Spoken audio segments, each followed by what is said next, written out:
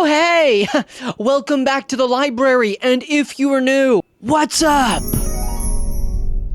Alright, slow down. Slow down. All the people who came to this video with hate in their hearts, if you enjoyed this book and the subsequent series, pop off. Might not want to watch this one. I cannot think of a worse book that I have read in my entire life. This is it. This is the book that encapsulates everything that is wrong with modern day literature. Bad writing, bad prose, poorly written characters, and the themes and lessons are completely backwards from the source material. Actions that, when compared to real-world application, are entirely diabolical. And today, that book is A Court of Thorns and Roses by Sarah J. Maas. Maas? How about no Maas? I'm the first person to make that joke. Actually, I'm the first person to make a joke ever. Clap. I'm joking, obviously. Keep writing books if that's your passion, but don't write them like this, please. Another book from 2015 that just so happened to pop off on TikTok. Like, excessively pop off. Like, I would say it's in the top 5 book talk books. Sure, it might have been semi-popular before TikTok, whatever. Not comparable. It is now probably the most popular fantasy romance book, of which it is popularized by TikTok. Because when people popularize a book in the zeitgeist of TikTok, it's usually for one of 3 reasons. 1, it's a good book, like genuinely well written. 2, it has a cool theme, but it's not well done. I don't know, it doesn't have to be that, but like the premise is interesting. Your options are Midnight Library, and this is how you lose the time more. Cool ideas. One of them is a good written book, and the other one is really not. And the third reason a book succeeds on TikTok is that it has sex scenes in the book. And that's not necessarily a bad thing. A book can be any number of these things. Have sex scenes, be well written, have a cool theme. The same problem with Fourth Wing, right? This book was so terribly written, but generally unoffensive. This book is both terribly written and offensive as shit for what it implies you're allowed to do in the real world. You might be thinking, Lewis, it's a fantasy book. Yeah, okay, let's not act like we don't live right now in the real world and that people write books for the implication or for the emotion that they make arise in people that read it. That's the point. The main problems with this book consist of the fact that it rewards you for not reading too closely, like not paying too much attention because of the repetitive writing style and overall non-existent character continuity. It's also the first in a series of 5 books. Apparently the author was new to writing when she started this one, but people have said apparently that the newer books are much more well-written and have better continuity in writing, and that's fine. That doesn't excuse that this is the book that people talk about. My problem isn't that a book is bad. That's never really my problem. My problem is always, why is this terrible, terrible book popular? Why? And the reason is because people can go, love triangle, I feel just like this 19-year-old girl in this book. I feel just like this main character who is completely unrealistically not a normal person who doesn't have any character continuity, so I can insert my own personality into her position. And you know what? If that's what you want to do with your free time, who cares what I have to say? But now I'm going to tear down on this book. Let's go! The book takes inspiration from The Beauty and the Beast, a story from 1740 originally, says Wikipedia. I don't know how true that is. I'd guess it's probably like somewhat accurate. The story of a young woman who gets abducted or like forcibly imprisoned in the castle of a beast, a big creature whom she then falls in love with through learning to not care so much about somebody's appearance, even though he's an abductive crazy person in most of the stories, even though he's cursed and it's not technically his fault. He does in every one of these stories abduct this woman for personal gain, so that's like wrong and bad. Yes, even in this story. Now, going forward, spoiler warning for the entire story and content warning for sexual topics and violence. We open to learn about our main character named Feyre. Fine name for a main character. I mean, sometimes I have a problem with that, but this was, like, I don't really have a problem with this one at all. An impoverished hunter in the wilderness fighting to feed her impoverished family, who have been put there in this quadrant they live in because of the mighty upper ruling class, where her people have to fight to survive. I'm only kind of joking, by the way. The main difference between the two of them is that Feyre's family used to be rich, like, relatively. Her father was a wealthy merchant, and then he blew up all their ships in the ocean and lost all of his money and had his leg broken and now doesn't do anything to help his family. So Feyre has to do it.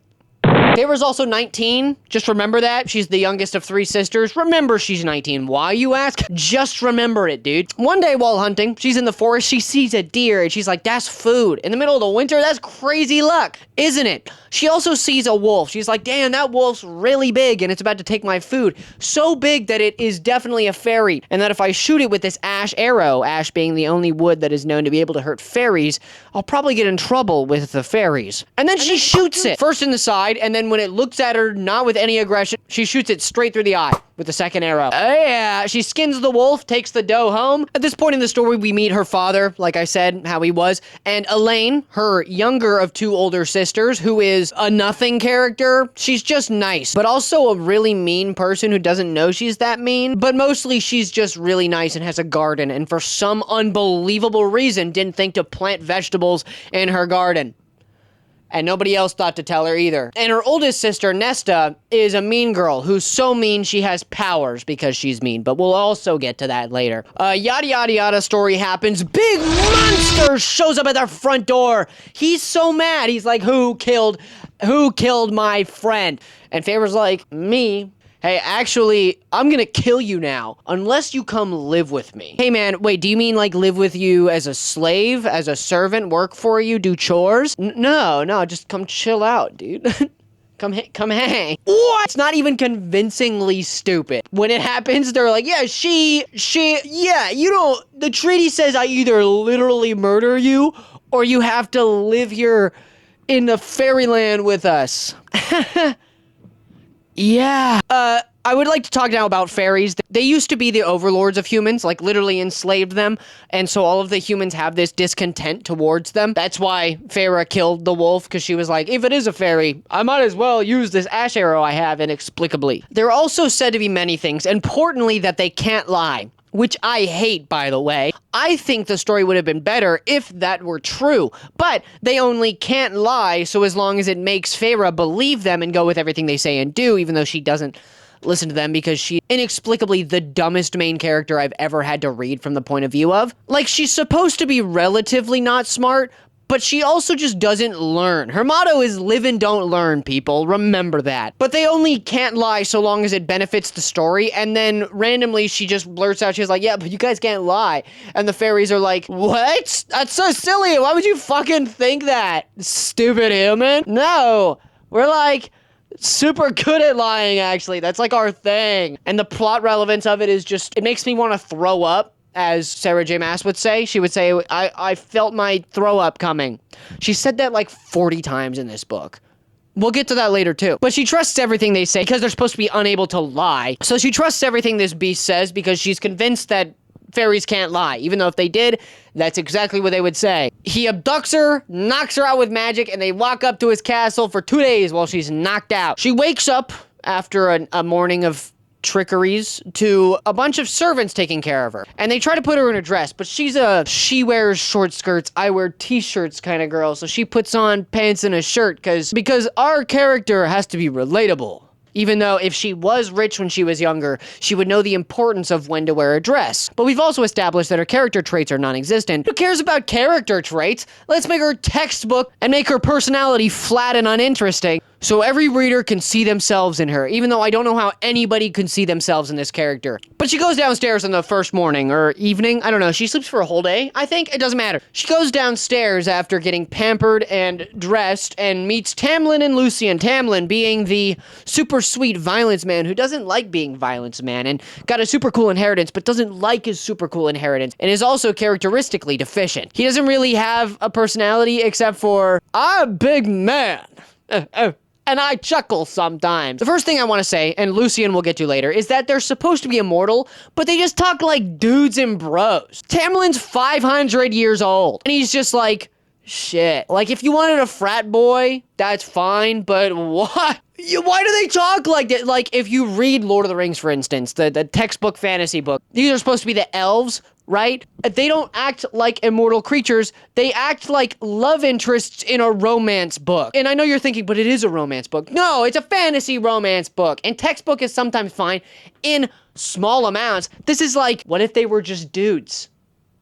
Yeah, they don't really even act that different from people in general. They're just rich. I think I'm gonna skip a little ahead. The first big plot moment is that Lucien takes her out on a little ride and they become like friends, I guess. Lucien's chill, dude. Honestly, if this book was realistic, she'd probably fall for Lucien because he's actually really chill and is always by your side and ready to help her. And quippy, and the only line that it at all made me think, that's a little funny, was Lucien's. But importantly, because their friendship becomes a little more interlocked, she is convinced to trap a Suriel, I think it was called. And Lucien convinces her to do it, and she does, because a Suriel, when you catch it, has to tell you everything that you ask it. And so she catches it and asks the dumbest questions ever. All she learns is that she should stay with Tamlin, and that'll be awesome, and everything will be good. Very vague. Good job, Faerie. You really did it, even though this guy isn't under the curse that we know everybody else is in later, so that he can't tell her stuff, but if he did, and he really cared about the lands he was in, wouldn't he want to tell her? I will say, though, one praise I will give this book is that Sarah is really good at describing things. For instance, again, a Suriel. The way she describes it as this, like, gross, black tooth,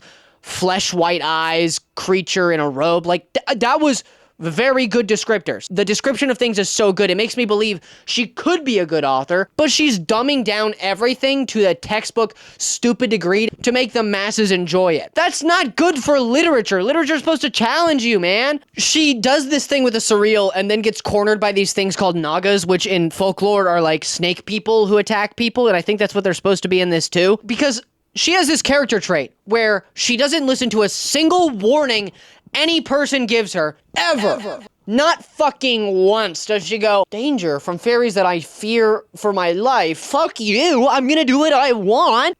She acts like a 40-year-old woman most of the time, except for when she's supposed to be an idiot and illiterate. And then she acts like a 3-year-old who, if you look away from her, she's gonna try and end her own life. What? Like, obviously she was encouraged to go catch the surreal, but then when somebody was like, hey, don't go out into the woods because I can't protect you if you're outside of the manor, she's like, I'm gonna go outside. Anyways, let's talk about Fire Night, or Calamini. Fire Night is basically the spring festival that they hold in the Spring Kingdom, which is where Tamlin is the ruler. He's the god of spring, basically. He's actually really powerful. Apparently not anymore because of the blight, which we'll get to in a minute. At this festival, she is warned not to go to the festival 7 different times. That's right, I fucking counted. And every time she's like, but why? But why? And they're like, every fairy's gonna be there. Every fairy is allowed to be there. Remember all of those ones that scared you and make you uncomfortable and wanted to hurt you and stuff? They're gonna be there too. And she's like, but I wanna go. I need to calm down.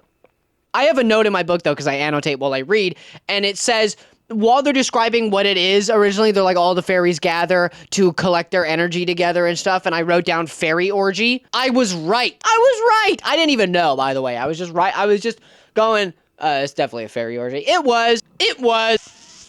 So basically what happens is she goes out to the festival and is like, oh my god, I know nobody told me to be here, but this is really freaky. And then 3 evil fairies corner her and are about to literally molest her. Almost like they almost kind of do a little bit in the way they're like touching her before a guy shows up. Another fairy who inexplicably, even though we know that he's a high lord, is like, oh, a human.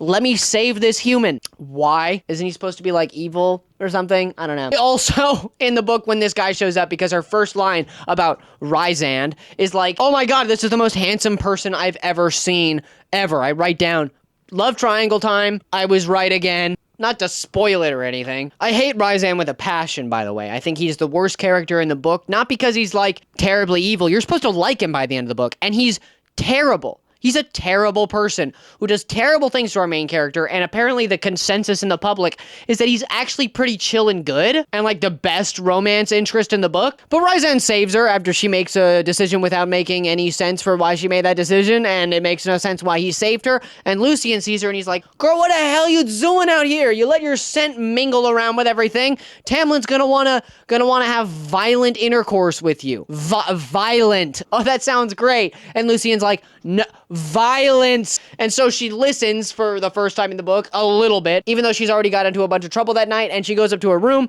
Once the drums of the festival, of which the whole thing is like drums, just loud banging drums, emphasis on the banging, because she learns that the whole point of the festival is that Timothy, Tamlin, whatever his name is gonna go down and collect all this magic, and then he's gonna release it into a mate, and that's gonna help the plants grow. And she's a little jealous because she apparently has an attraction to him that is not shown through chemistry, but is only shown to us by her internal monologue saying, hey, I actually do like him. That's really cool. Yeah, there's no chemistry between any of the characters, except for, I would say there is minimal chemistry friendship-wise between Lucien and Feyre, which is, their friendship was believable because he's quippy and a little hard to get to because she killed his friend, who was the fairy wolf, but he comes around because he knows better, I guess. I don't know. He seems like an interesting enough character compared to everybody else in this book. Later that night, though, after the drum stops, she goes downstairs and she meets Tamlin, who bites her so hard on the neck, she gets a bruise, like a huge bruise, but doesn't pierce the skin,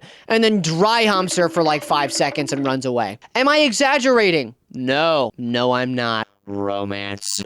She's like, hey, don't bite me, and slaps him. And the next morning she wakes up and she's like, do it again. Like, that's not chemistry, okay? You can't be like, oh, she hates it but really likes it, and think that your readers who are thinking about it for half a second aren't gonna go, wait, that's just not realistic or normal or how people act about anything. I see through your ruse, Sarah. That's not chemistry. That's just Stockholm syndrome. Just a reminder, too, that Feyre's 19, which you might think that's an adult, man, compared to 500 years old. Why is she 19? Why couldn't you have, like, made her, like, 23 or something? She's 19. Why is she 19? After a few months of them, like, wooing each other and she starts to paint and stuff, and that's nice, the summer solstice comes and she gets so gobsmackingly drunk on fairy wine that she starts to dance for 12 hours or something, and then Tamlin, for the first time, kisses her while she's still intoxicated. 19-year-old girl, 500-year-old man, gets her drunk on magic fairy wine and kisses her. Sounds like a horror book to me, man. Stockholm syndrome, anybody? Like, but my whole problem is that she technically can't consent to their first kiss while they're like that, while she's all drunk on magic wine as a mortal person in this story. Apparently it messes her up so much she can't even experience the passing of time. How is this okay, dude? How do people go, this is so romantic? Especially with Tim Tam being like the least romantic figure ever? I don't know. It's comparable to Xaden from Fourth Wing. He's a little better, I would say. He's a little warmer of a character, a little more interesting because he's like magical god of spring or whatever. But other than that, his character is nothing. But then again, after months of painting and Tamlin being a cardboard plank, and Feyre not running into a single non-white character, except for, like, Alice, her servant friend, who's, I guess, made of wood. Does that even count, dude? Rhysand decides to show up and terrorize people. And then one of the biggest plot holes in the entire book shows up, and it might all just go down to, oh, Rhysand's not actually that bad of a guy. But at this point of the story, he doesn't care. He's pretty bad, all right? He uses a magical claw to rake into her mind and, like, torture her and draw out things from her brain and say things about Tamlin. She's like, she wants you to, like, have sex with her, bro. I'm Rhysand and I used to be friends with Tim Tam. But he doesn't get her name out of her brain, and when he asks her what her name is, she's like, Clara Bador, Clara Badoof, the Pokemon. Badoof. How does he go into her whole ass brain and not go, oh, there's your name? Instead, he's like, oh, I'm just gonna ask her instead of doing that thing again, because I have no regard for human frailty. And then Rhysand leaves, having spooked everybody, even Tamlin. And he comes up to her room later, Mr. Chalamet does, and he goes, hey, you need to go home. And she says, what about the thing? What about the treaty thing? And he's just like, what treaty? Am I right? And she says, can we just have a little bit of sex before you go? And Timothy Chalamet says, yes, let's do it. That'll really cement you having to go away. And the one and only sex scene in the book happens. I mean, the other stuff we don't get to see because she's drunk and drugged. But we'll get to that later. And this sex scene, even though I'm no connoisseur and don't really enjoy them personally, I find them unimportant, and unless they're actually plot relevant like they are in normal people. Oftentimes I just think we could do without them, especially if they're this cliche. Like, it was cliche. That should be a crime. Don't make sex scenes cliche. Why? That's bad writing. The next morning, Tamlin says, get out. And he tells her to her face that he loves her, and she just goes, okay. Like, that's fine, girl. You do not You do not have to tell a man you love him when you're not ready, okay? Like, that's not why I'm mad. Why I'm mad is just, like, in her head, she's like, but I do love him. And even though this is fairyland and everything's magic and my whole world's been turned upside down, the crazy thing is saying that I love him. Yeah. And she's not supposed to be the smartest character. Now is the time to bring up the fact that she's supposed to be a 19-year-old, impoverished, illiterate person. Somebody who can't read or write at all for the life of her. And that is a, honestly, fine character trait to give to somebody, and can honestly be used as a plot device and not seem like it, while most of this book seems like a plot device. But again, she doesn't think or act like a 19-year-old illiterate person. Except for when she is literally having the moment where she can't read. She doesn't even think like a hunter, ever, okay? She leaves that morning in a carriage after leaving Timothée Chalamet's I love you message on red to go back to her old village, but not cabin, big house, because Timothy left her family with big house and estate and somehow got their whole fortune back. That's great, I guess. What's the lesson here? Just have a rich benefactor? I'll get right on that. My bad, dude. Her family is as boring as ever, except Nesta. I don't actually like Nesta at all. I think she is so boring, but Nesta is just such a angry teenager who's actually like 25 or something that the glamour didn't work on her. What's a glamour, you ask? So basically, fairies can impose illusions on people so that they see what they want them to see. And that is called a glamour. And the glamour didn't work on her because she's simply just too fucking edgy. She's too angry and mean-spirited to be fooled by some happy-go-lucky magic. Fuck you. What? Isn't Tamlin supposed to be like the god of summer? Or spring, sorry. He's supposed to be the god of spring. And she's just like, no. Nuh-uh. Ah! Sure, dude, whatever. But while at dinner one night after her family's sorting everything out and she's settling back in, she has a big fortune that was given to her, Elaine is like, hey, didn't you hear? Super chill subject. Clara Boder died. Her family's house burned down and her body wasn't found. Feyre's like, oh shit, that's the name I gave to the fairies. It's possible, maybe a chance that they tried to kill her. And it takes her a good few seconds to be like, no, that's definitely what happened. So at least at least she didn't dissociate for too long. She actually is living and learning. Barely. And she's like, hey, Nesta, remember that stuff I told you about fairies? Of which she told her everything. She's like, yeah, fairy time. Nesta's ready. She's like, oh, fairy time? Get the hell out of here, girl. And she gets the hell out of here. It takes her like 4 days. She gets back into the fairy world through a hole in the wall that's just there. It's just chilling. And she ends up back at the estate, which is, surprise, completely devastated and destroyed. But Alice is there, Miss Treefay. And Alice is pretty chill because what she does is exposition dump. She talks about what the blight actually is, which is this lady named Amantha, or Amaranth. Amethyst. She talks about how the blight that has been taking over everything and draining everybody's magic and stuff is actually Amarantha, who cursed everybody to have to tell Feyre that story so that she couldn't figure out the curse. The curse being that Tamlin has to get into a relationship, or not a relationship. He has to find a human mortal woman who will kill one of his subordinates in cold blood with hate in her heart that he can then abduct and take back to the fairyland so that she will fall in love with him.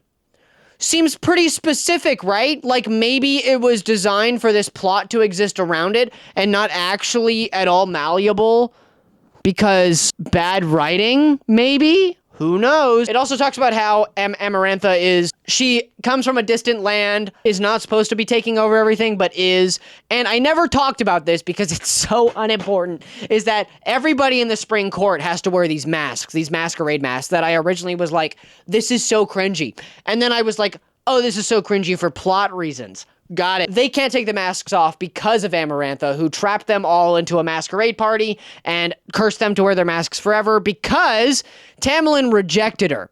He was like, no, I'd rather date a mortal than be with you, you evil scum. And Amarantha was really taken aback by that because her old sister got killed by falling in love with a mortal. So yeah, that's the exposition. Sorry, it's a lot. It's a lot. And so Feyre is like, oh, so Tamlin's still alive, probably. And Alice is like, yeah, everybody's still alive, you numbskull. There's no repercussion for anything in this book at all. Everything goes fine forever. I think, kind of. I mean, mostly. There's no, like, I've never in this entire story feared for Feyre's ability, all right? Not once was I like, Maybe she won't succeed at everything. And there's no repercussion for her being like, oh, you tell me not to do this thing? Fuck you, I'm gonna do that anyways. Because to Alice, she's like, take me to under the mountain where Amarantha lives so I can maybe ask her nicely to let Tamlin and everybody go. And Alice is like, nah, dude, that's fucking stupid, don't do that. And Feyre looks her dead in the eyes and doesn't say anything. And Alice goes, right, you don't listen to a single thing anybody tells you. Okay. She finds her way under the mountain. It doesn't really matter. But once there, Amarantha's like, ew, stinky human. I thought you were that other human that I killed. Because Clara's dead, obviously. And Feyre's like, damn, I got that girl killed. Yeah, dude. Where's the oh, there's barely any remorse. Okay. But Amarantha basically says, even though Alice told her not to accept any kind of deal from any faerie at all, Amarantha says, hey, I have a deal. Finish 3 challenge or solve 1 easy-ass riddle, and I'll let Tamlin and everybody go. And you can choose which one you want to do whenever you want. And if you solve the riddle, I'll immediately let everybody go. Yay! This shit's making my lungs act up, dude. And Feyre's like, oh, so I should make a deal with you? Deal! Deal or no deal? I pick deal. Let's do it. And then she gets her shit rocked. Like, she gets punched by 3 different people out of nowhere and put in a prison cell with, like, a broken nose. But guess what? Again, no repercussions because Lucien shows up, even though wouldn't he be under, like, jurisdiction to be watched and shit? And he heals everything about her. You're gonna have to do 3 challenges, girl. Get ready. I remember when the riddle was read to us, immediately I was like, the answer is love. That is the answer to this riddle. That's the only answer to this riddle. Girl, please think. Think, god damn it, this book could be over and I could be done reading it if you just went, oh, all of this has been about how people love mortals and stuff, and all that this weird-ass evil fairy lady ever cares about is who loves her and love and stuff, and the whole message about this book is absolutely love, and not in any toxic or terrible way. But instead of that, she goes through all of the challenges. The first one is a maze of mud, where she has to kill and defeat a worm. She uses the power of spiky bones to beat the worm, and a little help from Lucien.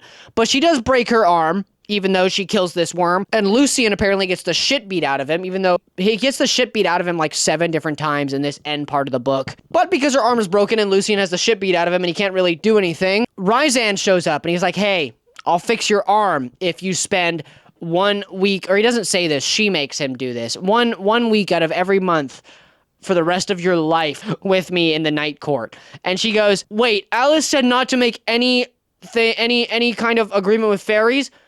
Deal.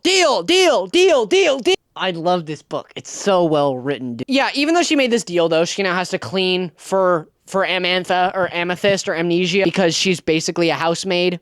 That's part of the deal that she made. But Rhysand somehow has enough jurisdiction to make it so she doesn't have to do that because he's her personal plaything now. That's supposed to be sexy, I bet, when he says that in the book. And when she eventually does go to his night court for his 1 week custody every month, this part makes me so fucking uncomfortable, dude. This is terrible. This is bad. Not because Rhysand does some terrible thing to her, because he does a terrible thing to her, and it's played off as good by the end of the book. What he does is basically forcibly roofie her with magic fairy wine. She goes, no, I don't want to drink. And he's like, no, you're gonna want to drink. And then she wakes up having been, like, touched inappropriately by him. Every time. Okay, sure, that's a bad thing. We can be mad at Rhysand. Nope. Later in the book, he's like, you know, I did all of that for you. And she's like, yeah, I know. Thanks, Mr. Rhysand. No. You can't forcibly roofie your main character and then make her go, no, that's really cool, good, and romantic because he puts himself in the line of fire to make sure I'm okay. No.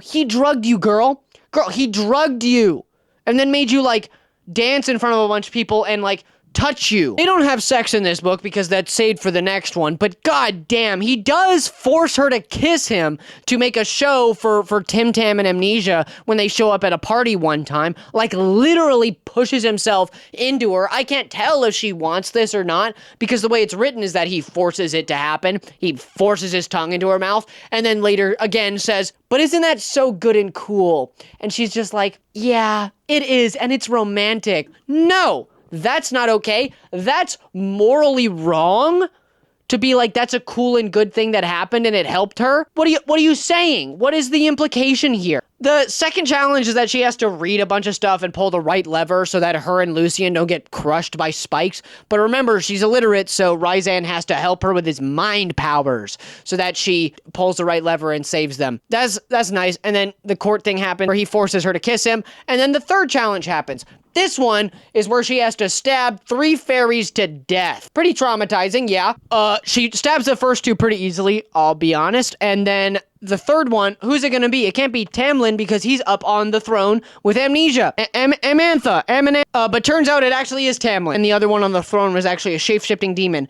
And she doesn't think about, maybe I should try to answer the riddle before I get every bone in my body broken and stab Tamlin through his heart. No, I'm just gonna stab him. and she does. Apparently he has a heart of stone. And I don't exactly remember what the payoff for that was, but she was like, oh, he does have a heart of stone. That's so cute, even though I just fucking stabbed him. And then Amarantha's like, hey, but I didn't say when I had to let you go. And then she breaks every bone in her body, including her neck. But while this is happening, Rhysand tries to stand up for her.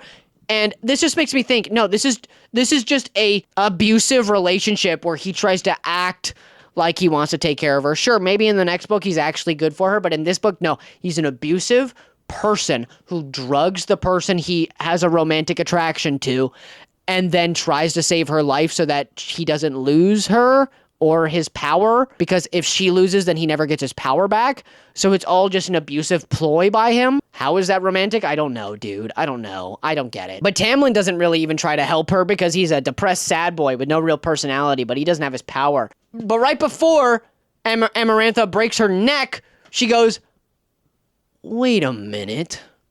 I can think. The answer to the riddle is love.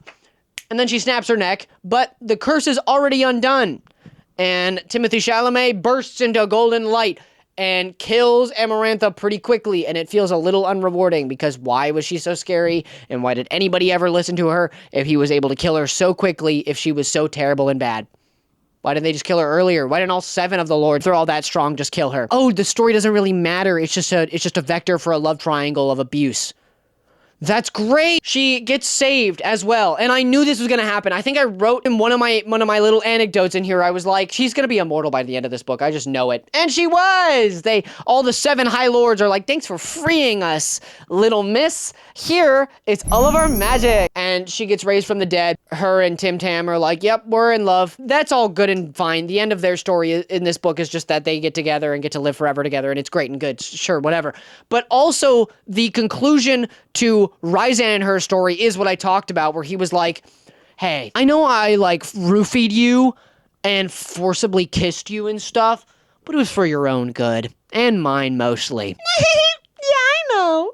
Thanks, Rhysand. Okay, that's the end of the story. Obviously, it's a series, so there's probably more to it, but let's get into more problems with this book. First things first, repetitive phrases. I would say the main problem with the writing, not the prose or the characters, which we'll get into in a second, is that this author was so bad when writing this book. Apparently, she gets so much better in the next books. She wrote the phrases, my bowels turned to water, or my bowels were watery, multiple times. Hey, that's like a once-in-a-lifetime thing. Don't ever write that again, please, God. She also writes anytime any character makes a retort of any kind that they click their tongue. Do I even know what that means? It felt like it was never used in any correct manner. It was just thrown haphazardly about, just like, haha, they clicked their tongue. No, they didn't. No, they didn't. No. Or that their mouth was a thin line. Anytime they weren't talking, anytime a character wasn't talking, this doesn't work for me. This feels like the author just used the same phrase over and over again because she couldn't think of anything else, okay? Anytime a character was reasonably uncomfortable by viscera or anything, that they were gonna throw up, every single one of them. Even though Tamlin apparently threw up when he saw Lucien, whose eye is missing through the whole story, by the way. When he saw him come home with an eye missing, he threw up, even though he fought in war after war after war of killing people. Not everybody throws up when they see gore, especially not hardened warriors. Other ways to show discomfort is quivering, or passing out, or, I don't know, running away. I don't know, punching a wall or something. Like, not everybody has to throw up when they're disgusted by something. All right, the characters. Feyre. She's not one-dimensional. She's zero-dimensional. Every single one of her lines of dialogue or character decisions is based solely on driving the plot forward, even if she should have already learned the lesson to not do what she did. The only one that can make sense to me, when she got drunk on fairy wine the first time, everything went great, so she did it the second time. That's one of the only things I can see, but that one was justified later, even though it went terribly. Ugh. She doesn't seem like an illiterate 19-year-old. She seems like sometimes an illiterate 19-year-old when the plot calls for it. It doesn't seem like a character, okay? That's the main problem. Tamlin is not a character. He is so one-dimensional, it's absurd, okay? And he doesn't ever fight for her when it matters. And when there's like 3 days left for her to say that she loves him or whatever, he sends her away, even though he did all this work and stuff. And the final lesson of her being turned into a fairy to be with Tamlin forever, that's not the lesson of the story in Beauty and the Beast. If anything, Tamlin should have been like, I'm not going to be immortal anymore because I want to be with you for as long as I get to be with you. But even then, that's not the lesson. The lesson of the Beauty and the Beast is that you love people for who they are, not what they are. Instead of the lesson being, hey, just change fundamentally who you are, which I guess you can't change who she is if she isn't anybody. She doesn't have any particular character traits, so fuck it, whatever. I'll shut up about Tamlin. I hate him, but not as much as I hate Rhysand. Fuck the character and how he was written. That's wrong. That's not okay. Why is this book popular when it glorifies roofying people? Whatever. Lucien is the best character in this book because he is believable, he has chemistry with characters, and he fights for her even when his life is on the line, even though I've never feared for him either. I didn't fear for any of the characters, dude. None of them. Nothing happened. I'm pretty sure the only character that died in this book is Amarantha. Speaking of Amarantha, she's not scary. She wasn't at one point was I like, oh no, she's gonna torture our main character. No, she wasn't. Never was that gonna happen. So everybody but Lucien sucks. We already went over the tropes and themes, but let's talk about the readability. I would say if you like this book, I know why you like this book. I see you. I see you. No, it's okay to like this book because it's easy to read. It's repeatable. You can take breaks, like every chapter, you can wait like a day or even a week or something and come back and still keep up because the writing is so uniform, I would say. I'm trying to be positive here at the end, all right? There is a uniformity to the writing. Again, I don't feel like I need to be positive about this book. It glorifies roofying. Don't do that. But the palatability for that reason is missing. And also, I would say that the sex scene was tame in comparison for what I was expecting, especially after reading The Fourth Wing. And the accessibility is there because it's in every single bookstore ever. So if you want to read a book about a character who makes no sense, who really likes being roofied because it's awesome and great, go ahead and read it, dude. This is the worst book. This is the worst book, dude. This is it. I found it. A book so popular because it makes no sense why it's so popular, and I hate it for that fact. I wouldn't be talking about a book like this for how bad it is if it wasn't popular.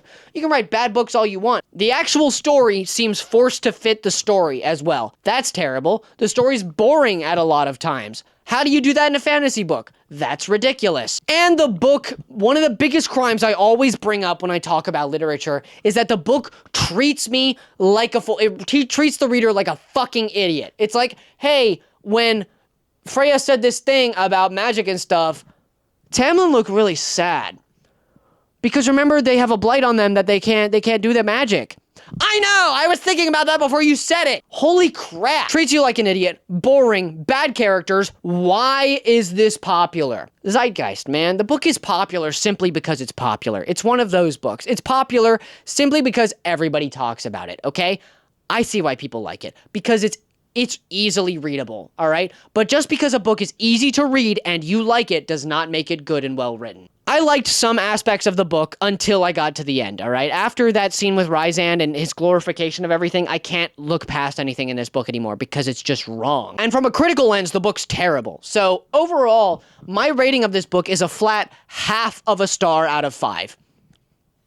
Yeah, I think that's the worst rating I've ever given. Ever. Genuinely a messed up, bad book. Yeah, so I'd love to hear from people who like this book talk about it. You don't have to justify yourself. You don't have to say, sorry, I like this book. No, it's fine, okay? You can like any book you've ever wanted to like. I can, from the sidelines, go, hey, why do you like that? And that's kind of what I'm doing. I want to talk about it. I want to hear what you have to say. Let me know. I want to hear what you have to say. I really do, okay? Let's have a civil conversation, and anybody in the comments, be nice to each other. Whether you're somebody who loves this book or hates it, no matter what in the comments, be nice to each other, please, all right? That's everything for today, though. I might have to take this off my shelf because it pisses me off to look at it. What's the next book I'm going to read? I don't know. It might be Yellowface. It might be The Secret History. Oh, no, I know what book I'm reading next. And I would like to make an announcement. Thank you so much for 1,000 subscribers. That's insane. That happened so fast. Are you kidding me? That's amazing. Thank you. Thank you so much. That's 4 digits. There's a letter next to the number of people following this channel. That's insane. That's like half a stadium, dude. I'm so excited to keep talking about books. I literally, in the middle of the night before I go to bed, think about these videos and think about how I want to make them and what book I'm going to read next and stuff like that. I genuinely am having so much fun doing this. Thank you endlessly for your support. I hope you stick around. And all the new people, if you made it to the end, you are now obligated to subscribe. Welcome to the library. Thank you so much for being here. And I hope to see you in the next one. So, see you later. And go read a book! Go read. Bye. Bye. Read anything. Go read a book. Bye. Read.